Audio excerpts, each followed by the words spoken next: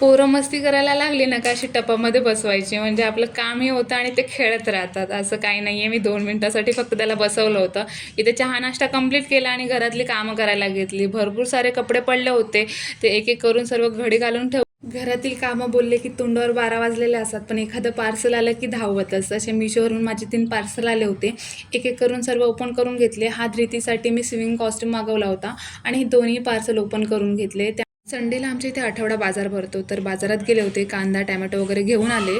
रॅकमध्ये सगळं लावत होते. फ्रीज नाही आहे घरामध्ये, सध्या रॅकचंच यूज करते. इथे बीटरूट आणले होते श्रेयांसाठी. पहिल्यांदाच त्याला बीटरूट देणार आहे खायला, बघू खातोय की नाही. त्यानंतर इथे मी श्रेयांच्या नाश्त्याची तयारी केली, म्हणजे संध्याकाळी त्याला हे मी भरवणार आहे म्हणून याची सगळी तयारी आधीच करून ठेवली.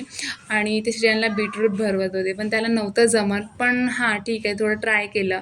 आणि इथे धृतीला कॉस्ट्यूम घातल्यानंतर ती एवढी हसत होती ना, खरंच खूप मजा आली. थँक्यू.